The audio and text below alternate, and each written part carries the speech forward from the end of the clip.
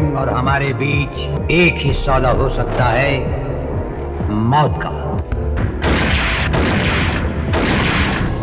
और राजेश्वर, अगर तेरी इतनी गर्मी है ना तो घर के बाहर निकल, मैदान में आ, सामने खड़ा मिलेगा तेरे दादा भी।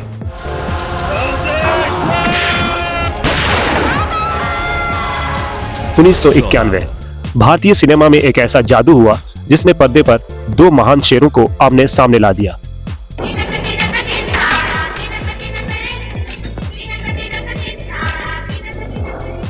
दिलीप कुमार और राजकुमार। यह सिर्फ एक फिल्म नहीं थी, यह दोस्ती, दुश्मनी और इमोशन का महासंग्राम था। हमारे बीच एक ही सौदा हो सकता है, मौत का। सौदागर का जन्म एक सपने से हुआ था। सुभाष घई का एक सपना था हिंदी सिनेमा के दो सबसे बड़े दिग्गजों को एक साथ लाना, पर यह राह इतनी आसान नहीं थी। दोनों कलाकारों की अपनी अलग दुनिया थी, अपनी अलग शान। तुम्हें देखकर हैरान नहीं हुए वीर सिंह? और तन्ने देखकर कोई खास परेशानी हमको भी ना हुई। 2 साल लगे उन्हें राजी करने में, और जब दोनों तैयार हुए तो इतिहास ने करवट ली। राजेश्वर सिंह, इतिहास बताता नहीं, इतिहास लिखता है, इतिहास बनाता है। पुरानी रंजिश और नई शुरुआत। बहुत कम लोग जानते हैं कि 1950 के दशक में दिलीप कुमार और राजकुमार के बीच थोड़ी खटास आ गई थी, लेकिन सौदागर ने पुराने घावों को भुलाकर दोनों को एक नई दोस्ती की डोर से बांध दिया। 1991 में रिलीज हुई सौदागर सिर्फ एक फिल्म नहीं, बल्कि एक युग था। राजकुमार और दिलीप कुमार, हिंदी सिनेमा के दो दिग्गजों को एक साथ बड़े पर्दे पर लाना एक सपने के सच होने जैसा था। लेकिन इस फिल्म के बनने से पहले और बाद में ऐसे कई किस्से हुए जो बहुत कम लोगों को पता है। आज हम उन्हीं अनसुनी कहानियों की गहराई में उतरेंगे। सुभाष घई का सपना था कि वो दो सबसे बड़े कलाकारों को एक साथ लाए। दिलीप कुमार और राजकुमार के बीच सालों से अनबन थी। हालांकि दोनों में बहुत आदर था, पर गहरे अंदर काफी कड़वाहट भी थी। सुभाष घई ने इस सपने के लिए 3 साल तक स्क्रिप्ट पर काम किया।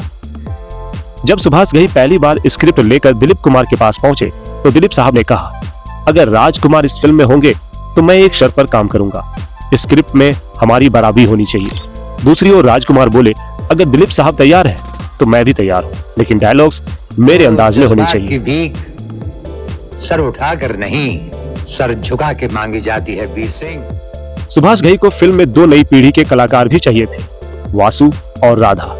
इस रोल के लिए उन्होंने कई नए चेहरों का ऑडिशन दिया। मनीषा कोइराला का सिलेक्शन नेपाल में हुआ। डायलॉग अच्छा बोल लेते हैं आप।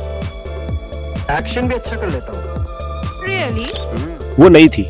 मनीषा कोइराला ने बताया कि माधुरी दीक्षित ने सुभाष घई को सौदागर के लिए उनका नाम सुझाया था। विवेक मुचरान भी एक न्यू कमर थे। उनके ऑडिशन में सुभाष घई को उनकी मासूमियत बहुत पसंद आई। आपका हुक्म मैंने मान लिया साहब जी, क्योंकि आपका हुक्म इसे शूट करने के लिए था, इसे खत पकड़ने के लिए नहीं। मनीषा कोइराला का पहला दिन सेट पर बहुत बुरा बीता था। वो बार बार अपने डायलॉग्स भूल रही थी। फिर दिलीप साहब ने उन्हें खुद बताया कि कैमरे से दोस्ती करो, डर से नहीं। बात है ना, वो उबलाती हैं बाहर, पर जो बात मैंने जिसे की है ना, ये तेरे मेरे में ही। शूटिंग के दौरान दोनों कलाकार दिलीप कुमार और राजकुमार अपने अपने डायलॉग्स को लेकर अपनी अपनी बात पर अड़े थे। दोनों ही अपने अपने डायलॉग्स अपने अंदाज में बोलना चाहते थे। वही पुराना रंग, वही ढंग, वही मिजाज, वही घमंड। वो तो था और है और हमेशा रहेगा। पर सुभाष घई कुछ और ही चाहते थे। एक सीन में राजकुमार ने डायलॉग्स को अपने तरीके से बदला, जिससे दिलीप साहब थोड़ा नाराज हो गए थे। दिलचस्प बात यह है कि यह डायलॉग स्क्रिप्ट में नहीं था, ये शूटिंग के दौरान राजकुमार ने खुद बनाया था।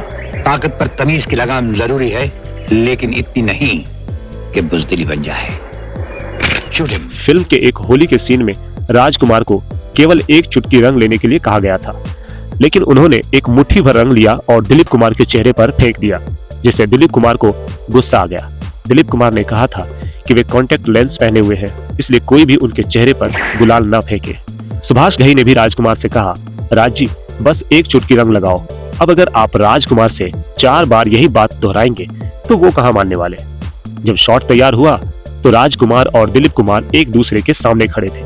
जैसे ही एक्शन कहा गया, राजकुमार, जिन्हें सिर्फ एक चुटकी रंग लेना था, उन्होंने मुट्ठी भर रंग लिया और दिलीप कुमार के चेहरे पर फेंक दिया। बात बहुत ज्यादा बिगड़ गई और शूटिंग काफी देर तक रोकनी पड़ गई।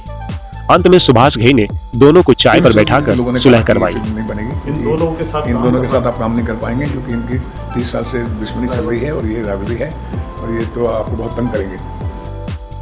सुभाष घई ने सेट पर एक नियम बनाया, पहले दिलीप साहब का शॉट होगा, फिर राजकुमार का। बंदूक तेरी, गोली भी तेरी, दिन तारीख भी तेरा, सुबह बोले सुबह, शाम का शाम। आवाज दे तू, वीर सिंह तेरे को सामने खड़ा मिलेगा।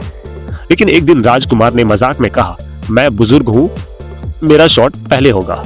फिल्म के कुछ डायलॉग्स जो यादगार बन गए, जैसे इस गांव के प्रधान बनने से पहले बेवफाई के प्रधान तुम ही तो थे वीर सिंह। माली नगर के किसी घर में कोई संतान बर्बाद नहीं चढ़ने देंगे हम। अगर ऐसा कभी हुआ, जब कभी हुआ, तो वो सनातनपुर का आखिरी दिन होगा।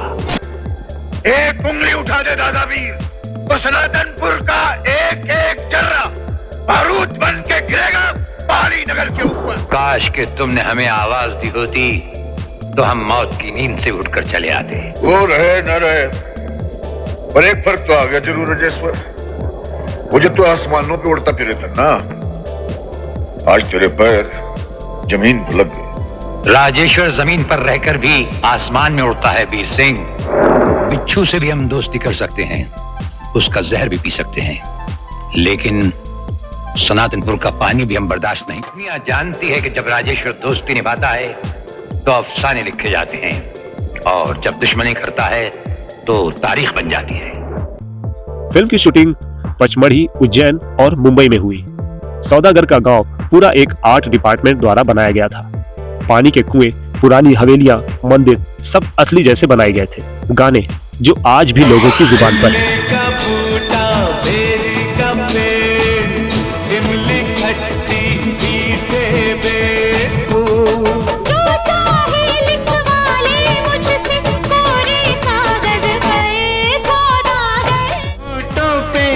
फरियाद आती है बंसी बाजेगी, राधा नाचेगी, का मतलब I love you, I love you, I love you, Dadu I love you।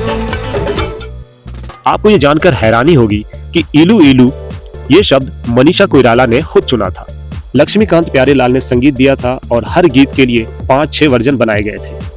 Film ने बॉक्स ऑफिस पर कुल 15 करोड़ 75 लाख रुपए की कमाई की। फिल्म को बॉक्स ऑफिस पर सफल माना गया और यह 1991 की तीसरी सबसे ज्यादा कमाई करने वाली फिल्म थी। आई होप आप सब ने यह फिल्म जरूर देखी होगी।